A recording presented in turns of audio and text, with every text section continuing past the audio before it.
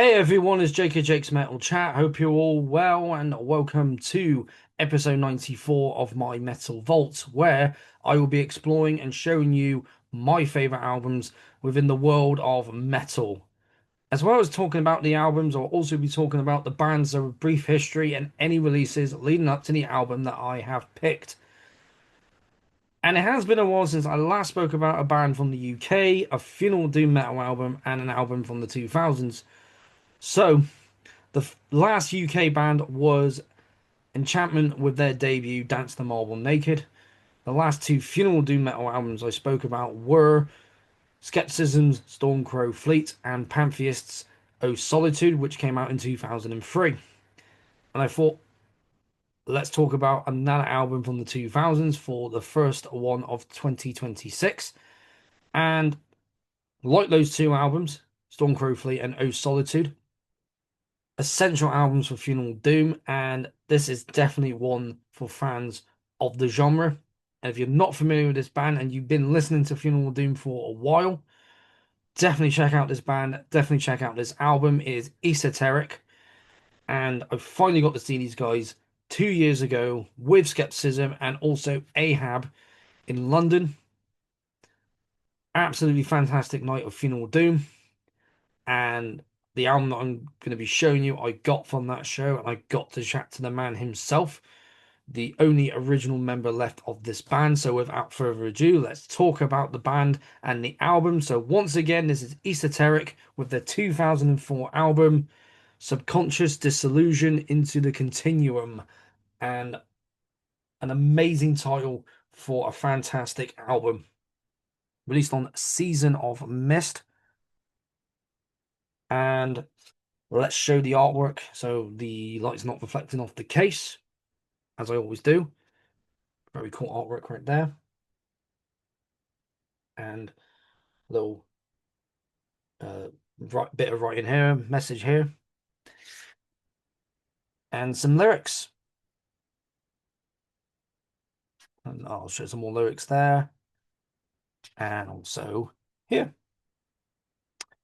Brilliant, brilliant band right here. Like I said, saw them 2 years ago, and I got to speak to the man himself, who I will mention in a bit.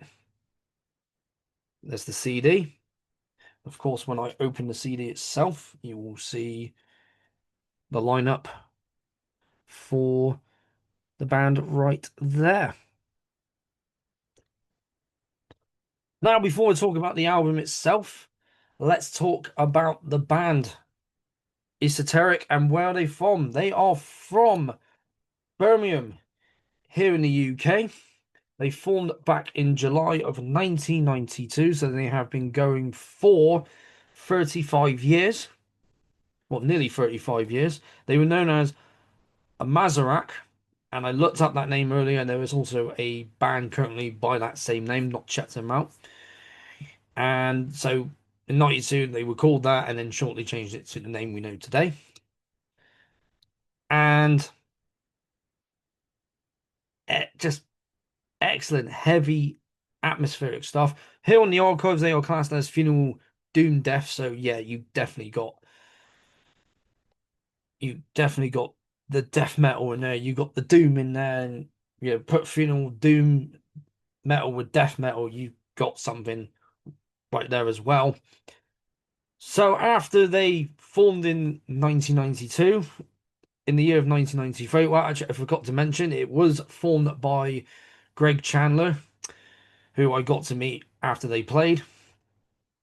Absolutely fantastic bloke. Just had a good chat, got a picture, and just yeah, had a good chat. Talked about the band, talked about his setup. Of course, been getting a lot of gear for my own band as well. So yeah, he formed the band back in the year of 1992. He is the only current member of, well, the only original member left in the band. Has been keeping this band going for nearly 35 years, and just absolutely brilliant, brilliant stuff right there. Just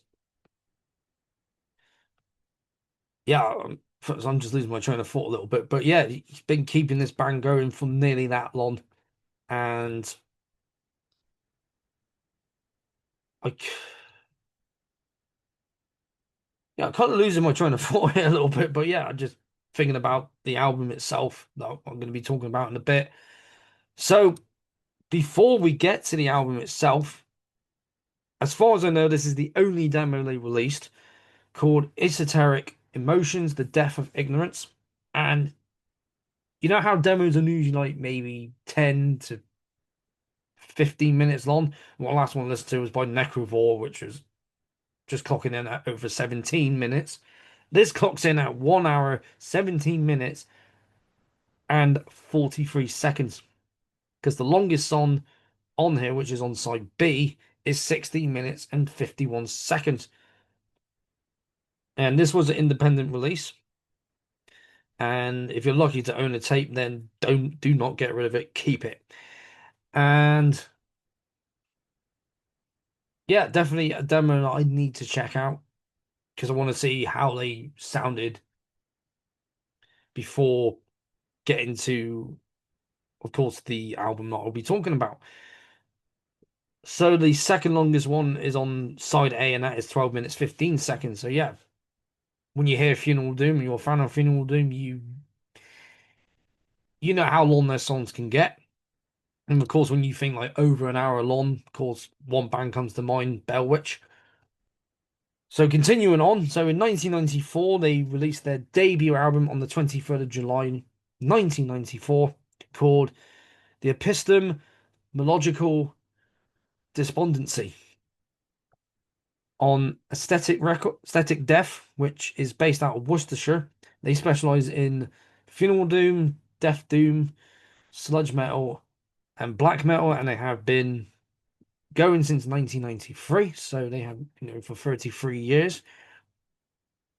And of course, Aesthetic is was on that label for a time because they also released their second album, the Pernicious Enigma, in 1997. Not sure when in 1997, but absolutely somewhere in that year. Don't know when in that year, but sometime in 1997. Don't know why I said absolutely, but yeah, sometime in 1997. And longest track on here is 19 minutes, 15 seconds. And this one is 1 hour, 1 minute, and 13 seconds long. So, it's not unusual to have a funeral doom metal album or even a doom metal album clock over an hour or even to 2 hours. But yeah, Funeral Doom definitely will have albums clocking in at 40 to 50 minutes to close to 2 hours, basically. And then in 1999, you got, well, on the 1st of August 1999, they released Metamorphogenesis on Alban Records. Only consists of 3 songs. This label was also still going. We started it in Italy and is an Italian label. And they specialize in dark wave, dark ambient, neo folk, doom metal, funeral doom metal, and post rock. And they've been going since 1996. So 3 tracks overall, longest being 17 minutes, 17 seconds on. And this is 44 minutes and 15 seconds long. So by looking at the other albums to judge what we terms the shortest album. So getting on to the album in question, this is 50 minutes and 50 seconds long. So this came out on the 28th of June 2004. So when it reaches that date, it'll be 22 years old. So 2 years, well, so 2 years ago in 2024, it would have been 20. So Subconscious Dissolution into the Continuums. And of course, released on Season and Mist. So then they joined that label around that time. Of course, members consisting of, when I took the CD off out of the case, Craig Chandler on vocals and guitar, Gordon Picknell on guitars, and he's currently doing a project which is more electronic ambient, and he was in Absolution for a while. And looking up Greg Chandler prior to this, he Also worked on their 2018 album Confessions of the Iniquitous. And then Steve Peters on guitar and bass. He played bass the year this album was being recorded and released, and was guitarist from 94 to 2007 and has not done anything else since. Then you got Keith York on drums, who's also did guest stuff for a band called No Love Lost and Pitch Shifter. And then we have Trevor Lanes, who only did bass for this one album and has done like the only thing that's documented on the archives. And then for who worked on the album, so Craig Chandler did the recording, the mixing, and the mastering, and Chris Peters did the artwork. And looking at Chris Peters, not only did he do the artwork for this one, but he also did it for Metamorphogenesis. And usually if you watch the series for all, usually when I talk about albums, there's usually like multiple people doing like either the photography, the artwork, logo, and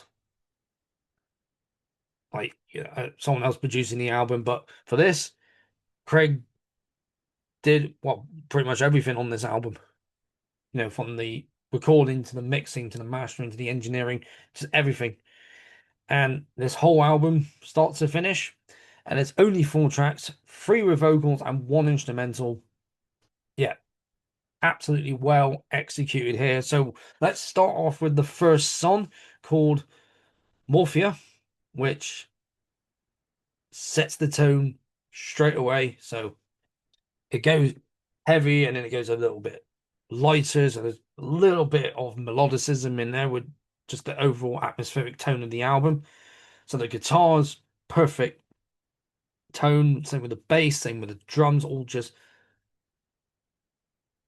perfect pitch levels for those instruments. And Craig's vocals on this for the entire album, the amount of emotion, the amount of anguish that are coming out of his performance is just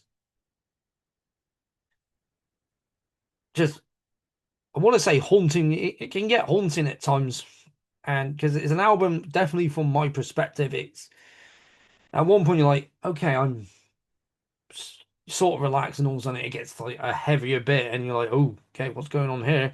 And then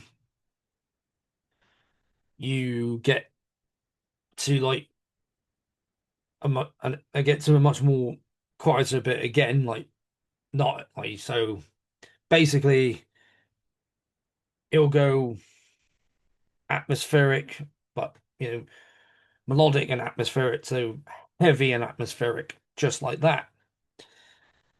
And that definitely shows in their second song, which is my absolute favorite of theirs, The Blood of the Eyes.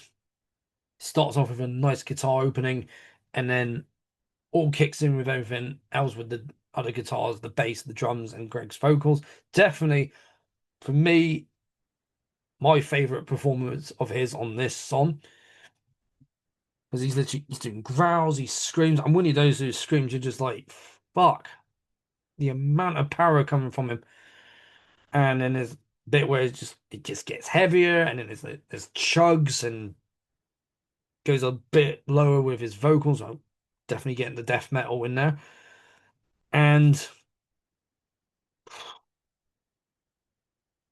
crazy stuff right here. And it's just the whole album itself, it has that consistent flow. And looking at my notes again, I know I said the word atmospheric, but it is an atmospheric album, and it's got that dark, heavy tone with the instruments, the vocals.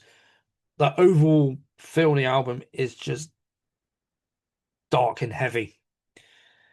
And then you get on to track number 3, Grey Days, continuing on from Morphia and the Blood of the Eyes.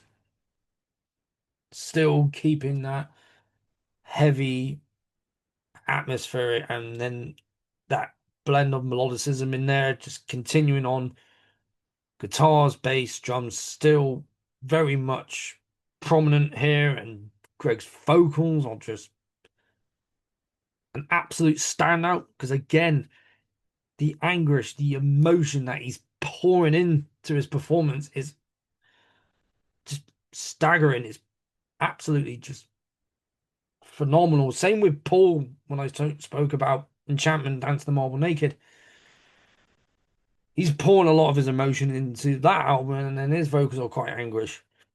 And I can say the same about Van Drunen when I speak about Asphyx. He's just pouring a lot of that emotion into it. And that's what I love about stuff like this, especially what I love about this as well. And obviously with skepticism, the vocal style fits the music. And Greg just, you know, with all the instruments there and his vocals on top of that, it's just bringing everything together. And it's just absolutely just, if it's an album I highly recommend to those for Funeral Doom, fans of Funeral Doom. And then to end the album is the instrumental track called Arcane Dissolution, and perfectly ends the album because it's again that melodicism in there, and it's just, well, actually, kind of starts off with a little bit of melodicism, but it's more like sort of a dark ambient sound more than just straight up like the dark atmospheric heavy tone with the doom and death metal in there. So very much more ambient, but you're still getting the guitars and all the, and all that, and you're still getting the guitars in there. So perfectly ends the album. And like I said, for me here, I definitely feel that overall emotion coming out of Greg's performance, and just especially from all of the other guys in the band playing their respective instruments, that you can tell like how much you would listen to an album. You when you hear it enough, you will be like, yeah, I can definitely feel that they put their heart and their soul into this album. Got they just got everything, and then just put it all into this one album. And it does show on this. Absolutely, it does. For me, it does show how much time and effort and just the musicianship is phenomenal. And my hat goes off to Greg and the rest of the guys in this band that were on this lineup for this album. Absolutely well done. And of course, my overall conclusion, of course, it's heavy, it's dark, it's atmospheric, and of course, the production on this is phenomenal, is excellent, brilliant stuff right here. And of course, it's a timeless classic, and it will soon be 22 years old, and I definitely will be playing it on that anniversary. And well, around that time at least, or even before it reaches its anniversary, because it's definitely an album that you can play all the time. But I think playing it on its actual anniversary is something special, especially well, any album that you listen to and you hear it, it's like, yeah, which is like it's 10 years, 15 year, 20, 25 year, 30 year. That's always a special one. And of course, this album will be 22 years old.